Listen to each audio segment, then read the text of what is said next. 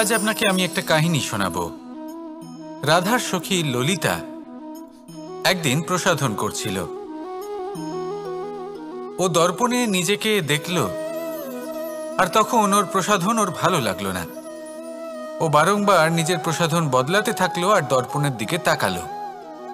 কখনো ফুল বদলালো, কখনো বস্ত্র বদলালো, কখনো আভূষণ বদলালো, কিন্তু কিছুতেই নিজের প্রসাধন ওর ভালো লাগলো না। ওর মনে হতে লাগলো যেন ওর রূপ ওকে ত্যাগ করেছে। ও এই কথা রাধাকে বলল। রাধা ওই দর্পণের দিকে তাকালো, একটা বস্ত্র নিল আর সেই দর্পণকে স্বচ্ছ করে তুলল।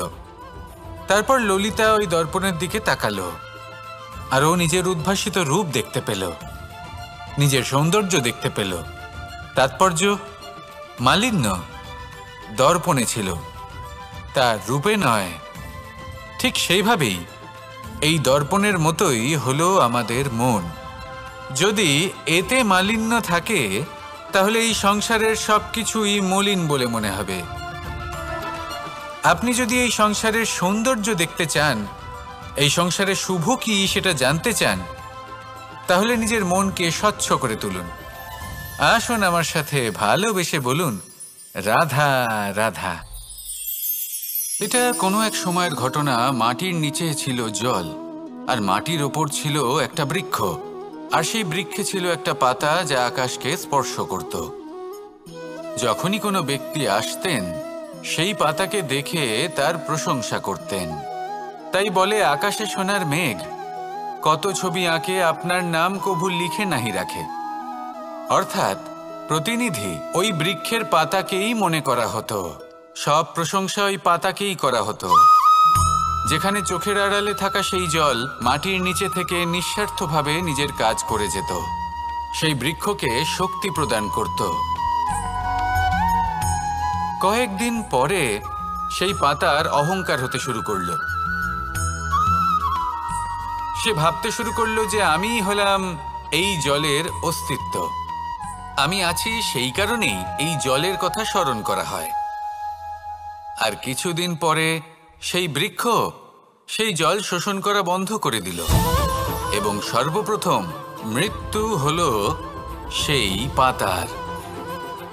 সেই পাতা যা আকাশকে স্পর্শ করছিল তা ঝরে মাটিতে পড়ে গেল, আর প্রত্যেক ব্যক্তি তার ওপর দিয়ে হেঁটে চলে যেত, তাকে দেখে আর কেউ প্রশংসা করত না।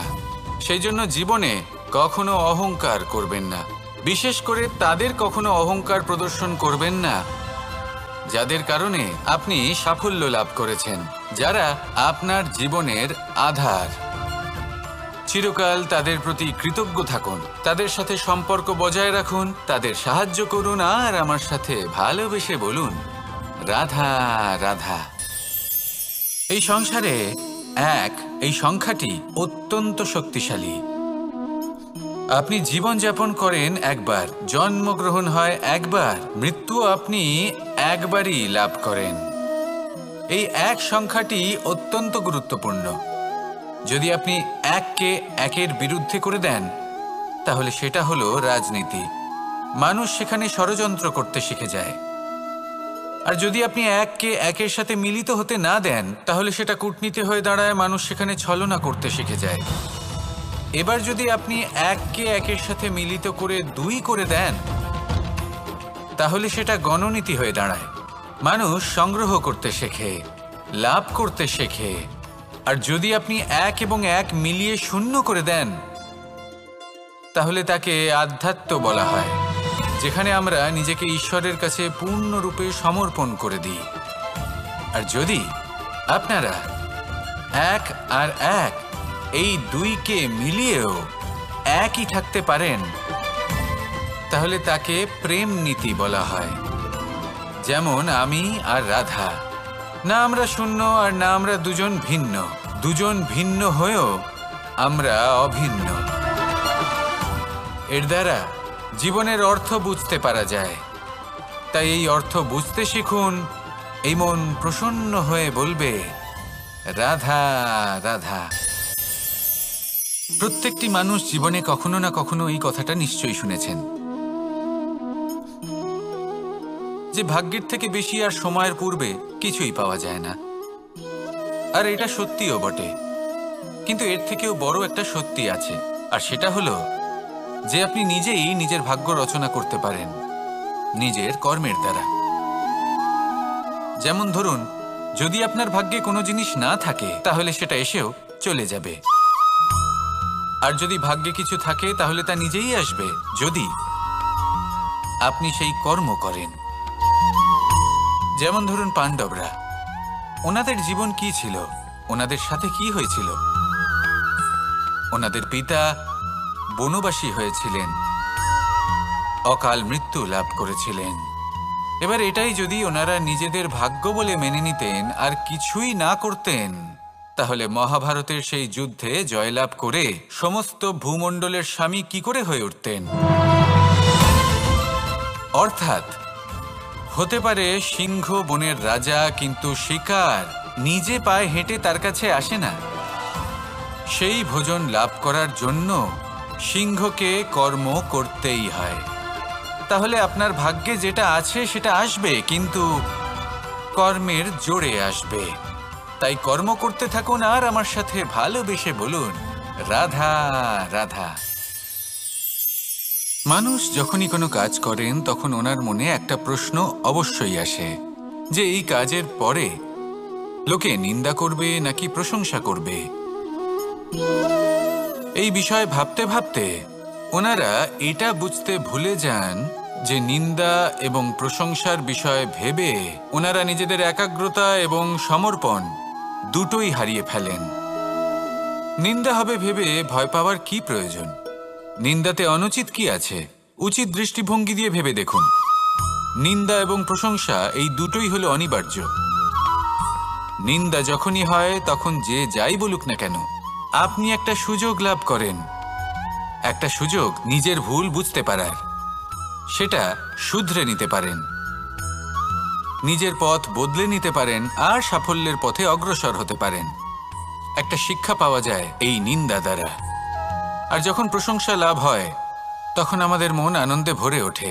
এই দুটোই অত্যন্ত প্রয়োজনীয়। সেই জন্য নিন্দা এবং প্রশংসার এই খেলায় জীবনের অঙ্কটা বদলে ফেলবেন না, সেটা অনুচিত হবে।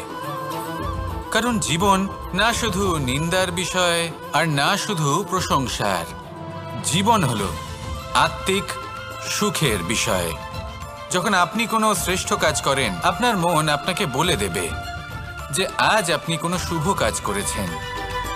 সেটাই হলো আত্মিক সুখ, এটাই হলো জীবন। তাই নিন্দার মাধ্যমে যে দুঃখ জীবনে আসে বা ফেলে আসা অতীতের জন্য আপনার জীবনে যে দুঃখ আসে, সেগুলো ভাবা বন্ধ করে দিন আর কর্ম করুন এই বর্তমানের জন্য, আগামী ভবিষ্যতের জন্য। আসুন আমার সাথে ভালোবেসে বলুন, রাধা রাধা। দেখুন, এটা তো সবাই করে থাকেন। ধনের কামনা করা, ধন অর্জন করা, ঈশ্বরকে ধন্যবাদ জানানো, সবাই করেন, কিন্তু ফল সবাই পান না। কারণ বেশিরভাগ মানুষই পেছনে ফিরে তাকিয়ে এটা ভাবেন যে আমরা তো জীবনটা যাপনই করলাম না। এই জীবনে সবকিছু আছে, সম্পত্তি আছে, স্বাচ্ছন্দ্য আছে, সাফল্য আছে, শুধু সুখ আর শান্তি নেই। এবার এরকমটা কেন হয়? এর পেছনে কারণটা কি? কারণ হলো এটাই যে জীবনে বাঁচার যে বিধি আপনি নির্বাচন করেছেন তা কিছুটা অনুচিত। জীবনে কিভাবে বাঁচা উচিত, জীবনযাপন কিছুটা রীতি মেনে করা উচিত। অর্থাৎ সবাইকে ভালোবাসুন, কারোর সাথে ছলনা করবেন না, সম্পর্ক গড়ে তুলুন, তা পালন করুন। যদি ধন অর্জন করতে চান তাহলে নীতি মেনে করুন, ভেবেচিন্তে পরিকল্পনা করে। আবার বলবো, কারোর সাথে কোনো ছলনা নয়, কোনো অনুচিত কর্ম করবেন না ধন অর্জন করার জন্য।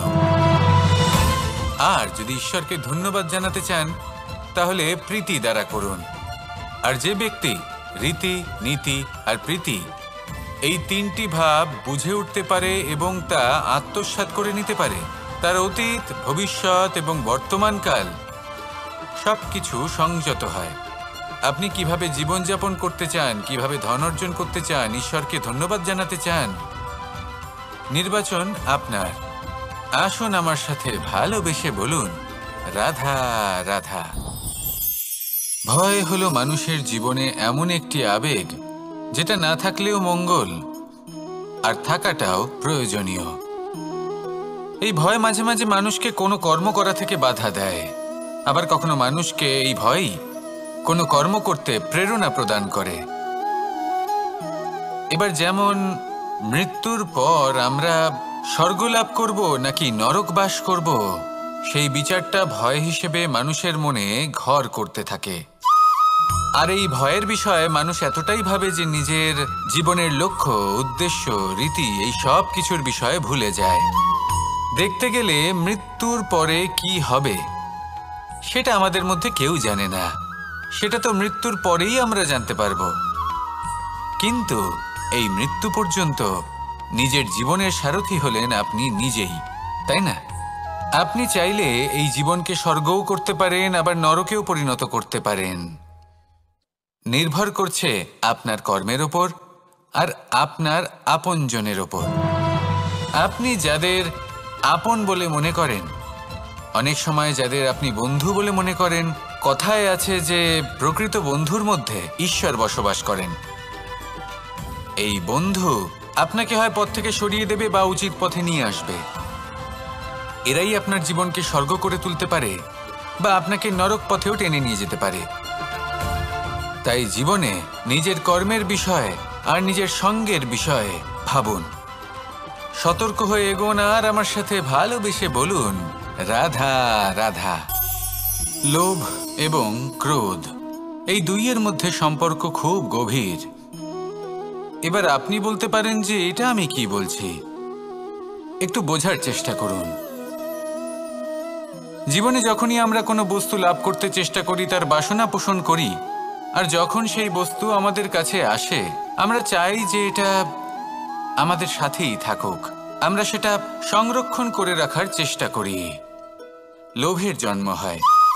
আর যখন তাকে সংগ্রহ করে নিজের কাছে ধরে রাখতে পারি না, যখন সেই বস্তু আমাদের থেকে দূরে চলে যায়, তখন সেই লোভ ক্রোধে পরিবর্তিত হয়ে যায়।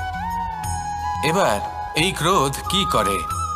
এই ক্রোধ আপনার মনে ভয় উৎপন্ন করবে, কিছু সন্দেহ উৎপন্ন করবে, মনে হবে যে যেন আমি সেই বস্তুর যোগ্যই ছিলাম না, আমার চেষ্টায় কোনো ত্রুটি ছিল, আমি কোনো অনুচিত কিছু করেছি।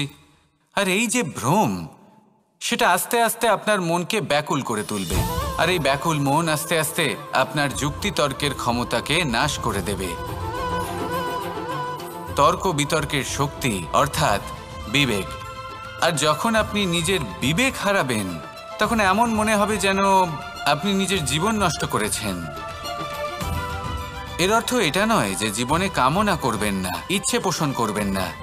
অবশ্যই ইচ্ছে পোষণ করুন, আর যা কিছু লাভ করতে চান তা অর্জন করুন, কিন্তু তার প্রতি মনে লোভ জন্মাতে দেবেন না, সেটা অনুচিত ব্যাপার। একবার যদি লোভ জাগ্রত হয়, তাহলে সেটা আপনাকে আপনার পতনের দিকে নিয়ে যাবে। তাহলে লোভকে নিজের থেকে দূরে রাখুন, ক্রোধও আপনার থেকে দূরে থাকবে। আসুন আমার সাথে ভালোবেসে বলুন রাধা রাধা। কখনো কখনো আমরা অনেক কিছু ভাবি, তারপর দুঃখী হয়ে যাই যে এত কিছু ভাবা সত্ত্বেও আমরা যে কর্ম করতে চেয়েছিলাম সেটা করতেই পারলাম না, যে লক্ষ্যটা আমরা লাভ করতে চাইছিলাম সেটা করতেই পারলাম না। আমরা সংসারের সামনে এটা ঘোষণা করে ফেলি, কথা দিয়ে ফেলি যে এই কর্ম আমি করে দেখাবো, এই সাফল্য আমি প্রাপ্ত করেই ছাড়ব, কিন্তু করতেই পারি না। তার কারণটা কি? চেতনা, আমাদের একাগ্রতা।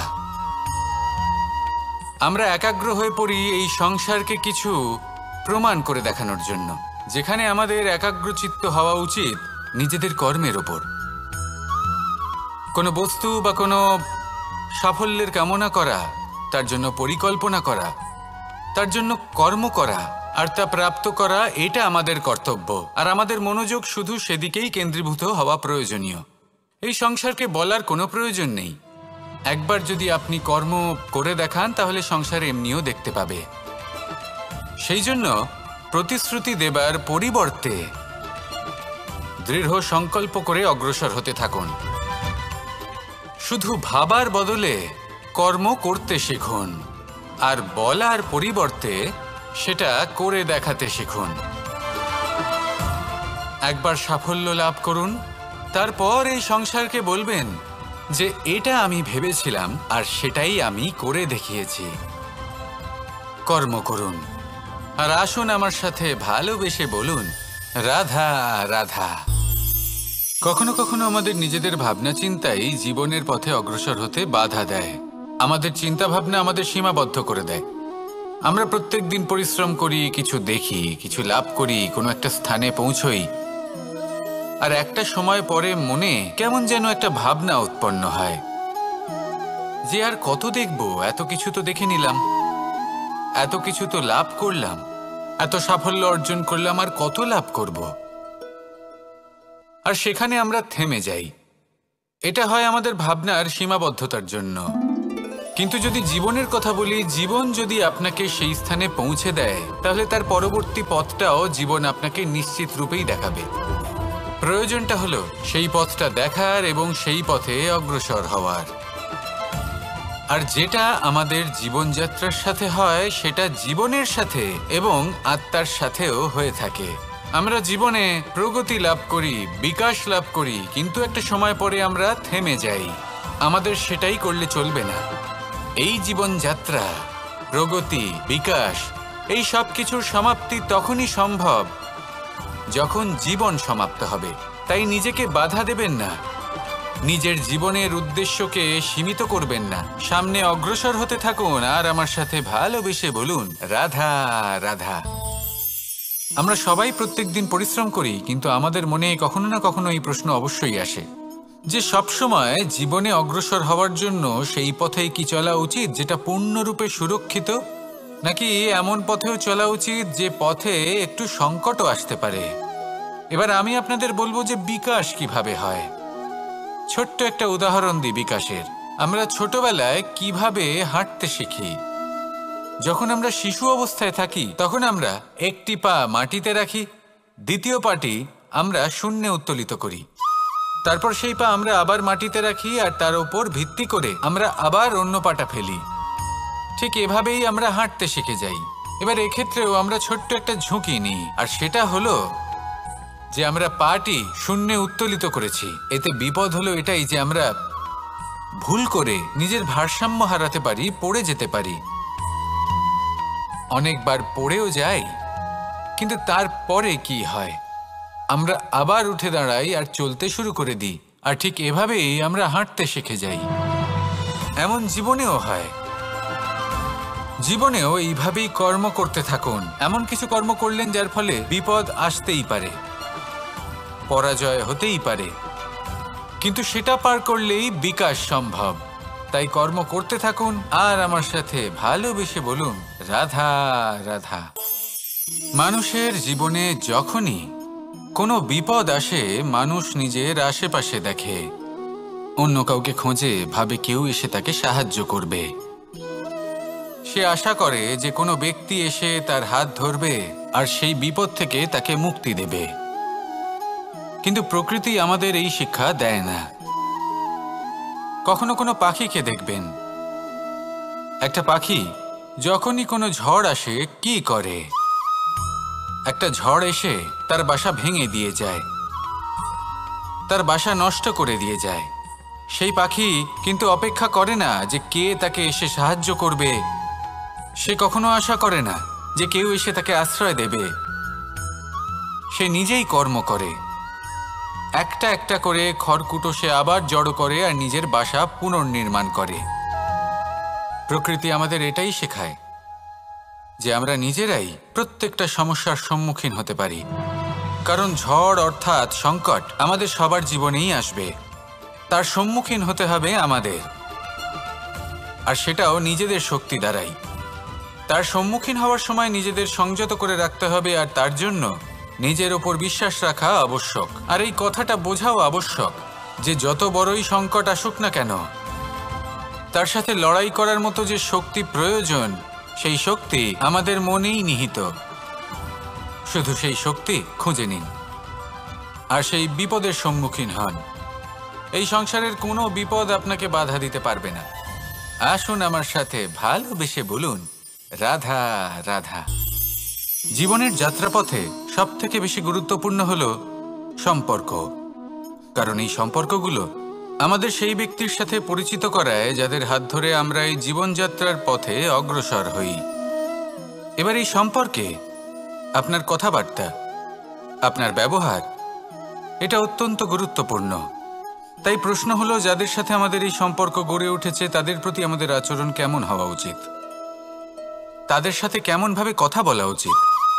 এর একটা বড়ই সহজ উত্তর আছে, দর্পণ। আপনি নিজেকে যেভাবে দর্পণে দেখেন সেভাবেই দর্পণের দিকে তাকান এবং কল্পনা করুন যে আপনার স্থানে সেই ব্যক্তি আছে আর সে আপনাকে দেখছে। এবার বুঝতে চেষ্টা করুন যে আপনার কেমন ব্যবহার হওয়া উচিত, তার আপনার ব্যবহার কেমন হলে ভালো লাগবে আর কেমন হলে তার অনুচিত বোধ হবে। শুধু এইভাবেই সেই ব্যক্তিকে বুঝতে চেষ্টা করুন। কখনো কোনো মানুষের ভালোবাসার প্রয়োজন হয়, কখনো পথপ্রদর্শনের প্রয়োজন হয়, কখনো তিরস্কারের প্রয়োজন হয়, কখনো কটু সত্যের প্রয়োজন হয়, বা কখনো শুধু সঙ্গর প্রয়োজন হয়। যদি দুজন ব্যক্তি এভাবেই একে অপরকে বুঝে অগ্রসর হন তাহলে এই সম্পর্ক আজীবন চলতেই থাকবে। আসুন আমার সাথে ভালোবেসে বলুন, রাধা রাধা। মানুষ সবসময় নিজেদের জীবনে ভবিষ্যতের বিষয়ে ভাবতে থাকে। কখনো উৎসাহিত হয়, কখনো চিন্তিত হয়, কখনো স্বপ্ন দেখে যে আমি ভবিষ্যতে গিয়ে খুব বড় কেউ হব, কখনো কল্পনা করে যে আমি কখনো সেই স্থানে গিয়ে পৌঁছব। দেখুন, ভবিষ্যতের কথা ভাবা অনুচিত কিছু নয়, কিন্তু এই ভবিষ্যতের কথা ভাবতে ভাবতে বর্তমানকে ভুলে যাওয়াটা অনুচিত। আজ মানে এই বর্তমান কিন্তু খুব আবশ্যক। আমাকে বলুন, আজ আপনি বর্তমানে যাই হন না কেন, সেটা এমন কেন? তার কারণটা কি? তার কারণ হলো অতীতকালে আপনার কর্ম আর আপনার নির্বাচন। সেই সকল কর্মের জন্যই আজকের এই বর্তমান কিছুটা এই রকম হয়েছে। ঠিক সেইভাবেই আপনার এই বর্তমান আপনার ভবিষ্যৎ রচনা করবে। ভবিষ্যতে এই বর্তমান অতীতকাল হতে চলেছে। আপনার ভবিষ্যতের আধার হলো এই বর্তমান। তাই শুধু স্বপ্ন দেখবেন না, শুধু কল্পনা করবেন না। যা কিছুই আপনি পেতে চান তার জন্য বর্তমানে থেকে কর্ম করুন। এই কর্মই আপনার ভবিষ্যৎ নির্মাণ করবে। আসুন আমার সাথে ভালোবেসে বলুন, রাধা রাধা। যখনই আমরা সূর্য আর চন্দ্রমার কথা বলি তখনই আমরা চন্দ্রমাকে কিছু কম বলে মনে করি, সূর্যকে বেশি গুরুত্ব দিই। কারণ সূর্যই আমাদের প্রকাশ দিয়ে থাকে, সারাদিন আমাদের প্রকাশ প্রদান করে। তার সামনে চন্দ্রমার এই তেজ কিছুটা ম্লান মনে হয়, বা দেখতে গেলে চন্দ্রমা স্বয়ং সূর্যের আলোয় আলোকিত হয় আর সেটা আমাদের কাছে পৌঁছে দেয়। কিন্তু এবার এর অর্থ তো এটা নয় যে চন্দ্রমা বিশেষ নয় বা তার কোনোই গুরুত্ব নেই। ঘন অন্ধকারে রাতের বেলায় যখন আমরা কিছুই দেখতে পাই না, তখন আমাদের কাছে এই প্রকাশ কে পৌঁছে দেয়? চন্দ্রমা।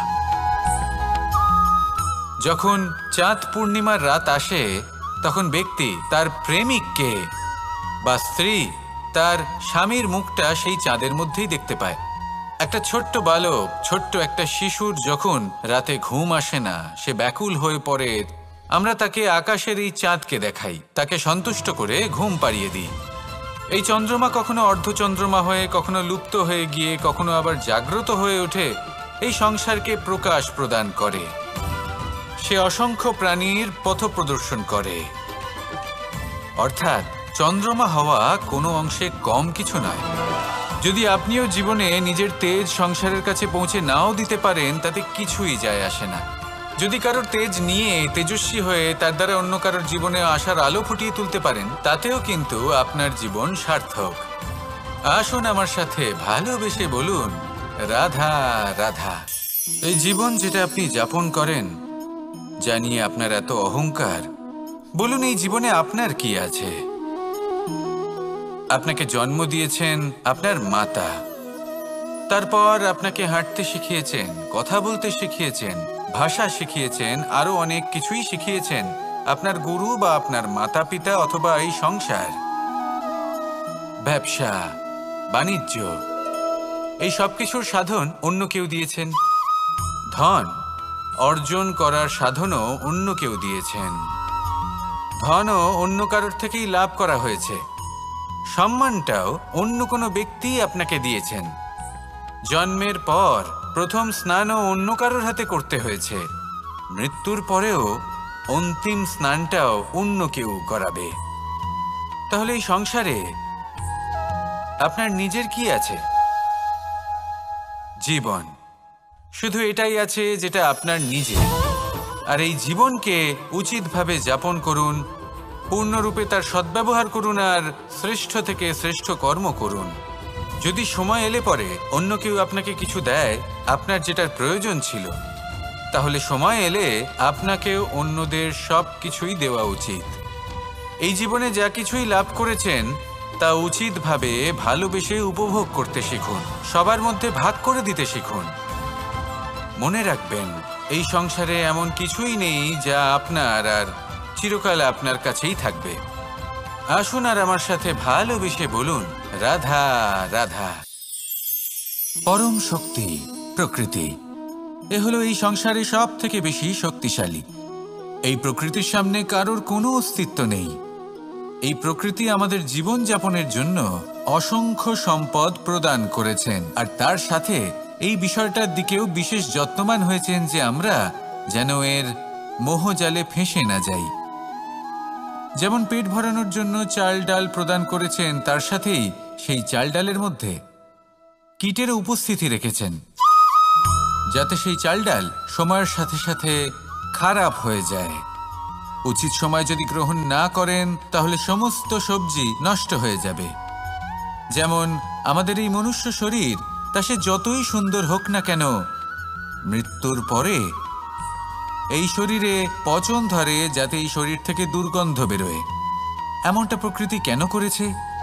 যাতে আমরা যত শীঘ্র সম্ভব সেই দেহের অন্ত্যেষ্টিক্রিয়া করতে পারি, তাকে বিদায় জানাতে পারি, আর তাকে পঞ্চমহাভূতে বিলীন হতে দিতে পারি। প্রকৃতি যেটা করছে সেটা অনুচিত নয়। প্রকৃতি এই কারণে এমন করে যাতে আমরা কর্মবন্ধনে আবদ্ধ থাকি, মোহর বন্ধনে নয়। যেমন ধরুন এই শস্য, ধরুন আপনি চেষ্টা করছেন এই শস্য পেতে এবং আপনার জীবনে সেই শস্য আপনি লাভ করছেন অত্যাধিক মাত্রায়, তাহলে তা ভোগ করুন আর বাকি শস্যটা সবার মধ্যে ভাগ করে দিন, যাতে অন্যেরও পেট ভরে তাতে। যদি আপনি সাফল্য লাভ করেন, শ্রেষ্ঠ কর্ম করেন, শ্রেষ্ঠ ব্যক্তি হয়ে ওঠেন, তাহলে কখনো অহংকার করবেন না, অহংকারী হয়ে উঠবেন না। সেই সাফল্য, সেই শ্রেষ্ঠত্বর সদ্ব্যবহার করুন অন্য কারোর জীবন প্রকাশময় করার জন্য। তবেই আপনার সেই সাফল্য, আপনার শ্রেষ্ঠত্ব জীবনে আরো ঊর্ধ্বমুখী হবে। সবার শেষে আমরা সবাই পঞ্চমহাভূতে বিলীন হয়ে যেতে চলেছি। উচিতভাবে এই জীবনের সদ্ব্যবহার করুন, কর্মের সাথে জড়িত থাকুন, এই প্রকৃতির পথপ্রদর্শন মানতে থাকুন, আর আমার সাথে ভালোবেসে বলুন, রাধা রাধা। মানুষ সংঘর্ষ করেন জীবনের সামনে এগোনোর জন্য, সাফল্য লাভ করার জন্য, মহান কর্ম করার জন্য। কখনো সে জীবনে একা হয়ে যায়, আবার কখনো তার জীবনে অনেক সংখ্যক লোক চলে আসেন, তাদের সাথে ভিন্ন ভিন্ন ধরনের সম্পর্ক গড়ে ওঠে। কিন্তু তখনই সাবধান থাকা প্রয়োজনীয়, কারণ সব সম্পর্ক সত্য হয় না। যেমন দেখবেন, যখন সাফল্য আসে তখন জীবনে অনেকগুলো সম্পর্কও আসে, নতুন নতুন সম্পর্ক গড়ে ওঠে। কিন্তু যখন ব্যর্থতা আসে তখন খুব কম সম্পর্ক গড়ে ওঠে। আর বেশিরভাগ সময় এই ব্যর্থতার সময় গড়ে ওঠা সম্পর্ক আজীবন আপনার সাথে থেকে যায়। সাফল্য হোক বা অসফলতা, তার কোনো প্রভাব সেই সব সম্পর্কে পড়ে না। সেখানে সাফল্যের পরে যে সম্পর্ক গড়ে ওঠে, বেশিরভাগ সময় এমনও দেখা যায় যে তার মধ্যে বেশিরভাগ মানুষ আপনাকে নিজের কাজে লাগাবেন, আপনাকে ব্যবহার করবেন, সময় এলে পরে আপনাকে ঠকাতেও পারেন। এর অর্থ এটা নয় যে আপনি জীবনে নতুন সম্পর্ক বানাবেন না, অবশ্যই বানাবেন, কিন্তু ব্যক্তি এবং সম্পর্কের পরখ করা আবশ্যক, আর সময় সময় সেটা করা আবশ্যক। যে কটি সম্পর্ক আপনার জীবনে আছে, যারা আপনার সাথে জড়িয়ে সারা জীবন, যারা আপনার সাথেই থাকবেন, তাদের যত্ন নিন আর তাদের সাথেই অগ্রসর হন। আর আমার সাথে ভালোবেসে বলুন, রাধা রাধা। এই ফুল কি সুন্দর হয়, তাই না? মন মোহিত করে দেবার মতো রং, সুগন্ধ, আর এতটাই কোমল হয় যে খুব সহজেই আপনি একে পিষে দিতে পারেন। এই ফুল আপনাকে কিছুই বলবে না, প্রতিবাদও করবে না, আপনাকে আঘাতও করবে না, আপনি কোনো চিৎকারও শুনতে পাবেন না। শুধু যাবার সময় আপনার হাতে মধুর একটা সুবাস রেখে যাবে। কিন্তু এই কাজটা আপনি কাঁটার সাথে করতে পারবেন না। কাঁটা আপনাকে অত্যন্ত যন্ত্রণা দেবে, সেটা আপনিও জানেন। এবার এই ফুল আর কাঁটার মধ্যে যে পার্থক্য, সেটাই হলো পার্থক্য সজ্জন এবং দুর্জনদের মধ্যে। কখনো কখনো আমাদের জীবনে এমন কিছু ব্যক্তি আসেন যারা অত্যন্ত কোমল, তাদের আমরা দমন করে বসি, আর বেশিরভাগ সময় তারাই আমাদের সবথেকে বড় শুভাকাঙ্ক্ষী হন। তারা চাইলে বিরোধিতা করতেই পারেন, চাইলে আমাদের উপর প্রহার করতেই পারেন, কিন্তু তা করেন না। আর এই কথাটা আমরা তখন বুঝতে পারি যখন বাস্তবে আমাদের সামনে কোনো শত্রু, কোনো দুর্জন ব্যক্তি, কোনো কাঁটা বাধা হয়ে দাঁড়ায়। তাই জীবনে কোনো ব্যক্তি যদি নীরব থাকে, কোমল হয়, তাকে দমন করবেন না। হতে পারে সেই ব্যক্তি আপনার জীবনের সবথেকে বড় পুঁজি হয়ে ওঠেন। আসুন আমার সাথে ভালোবেসে বলুন, রাধা রাধা। মানুষ নিজের জীবনে সবকিছু লাভ করতে পারেন, সম্পত্তি, সাফল্য, সুখ, স্বাচ্ছন্দ্য, কিন্তু তারপরেও তার মনে একটি ভয় থেকে যায় যে কখনো যেন এমন কিছু না হয় যেটা ওকে এসে ভেঙে দেবে, তার অন্তর্মনকে ভেঙে দেবে, তার আত্মাকে ভেঙে দেবে। কিন্তু সত্যি কথা বলতে, কিছু ভাঙলেও তাতে ভয় পাওয়ার কোনো প্রয়োজন নেই। ভাঙার পরেই কিন্তু নতুন নির্মাণ হয়। এটাই তো প্রকৃতি আমাদের শেখায়। এই দেখুন না, যখন এই মেঘ বিভাজিত হয়, ভেঙে পড়ে, তবেই তো বর্ষা আসে, আর বর্ষার পরেই এই মাটির সিঞ্চন হয়। একটি বীজ, সেটা ভাঙার পরে তবেই সেখান থেকে সে অঙ্কুরিত হয়। তাই ভেঙে পড়ার কথা শুনে ভেঙে পড়বেন না। তারপর যে সব নির্মাণ হতে চলেছে তার উপর মনোনিবেশ করুন। আর হ্যাঁ, যদি সংসারে এমন কিছু থাকে যা ভাঙবেন না, তাহলে সেটা হলো বিশ্বাস। জীবনে কখনো কারোর বিশ্বাস ভঙ্গ করবেন না। যখন ব্যক্তির বিশ্বাস ভঙ্গ হয়, তখন তার আত্মা আহত হয়। আসুন আমার সাথে ভালোবেসে বলুন, রাধা রাধা।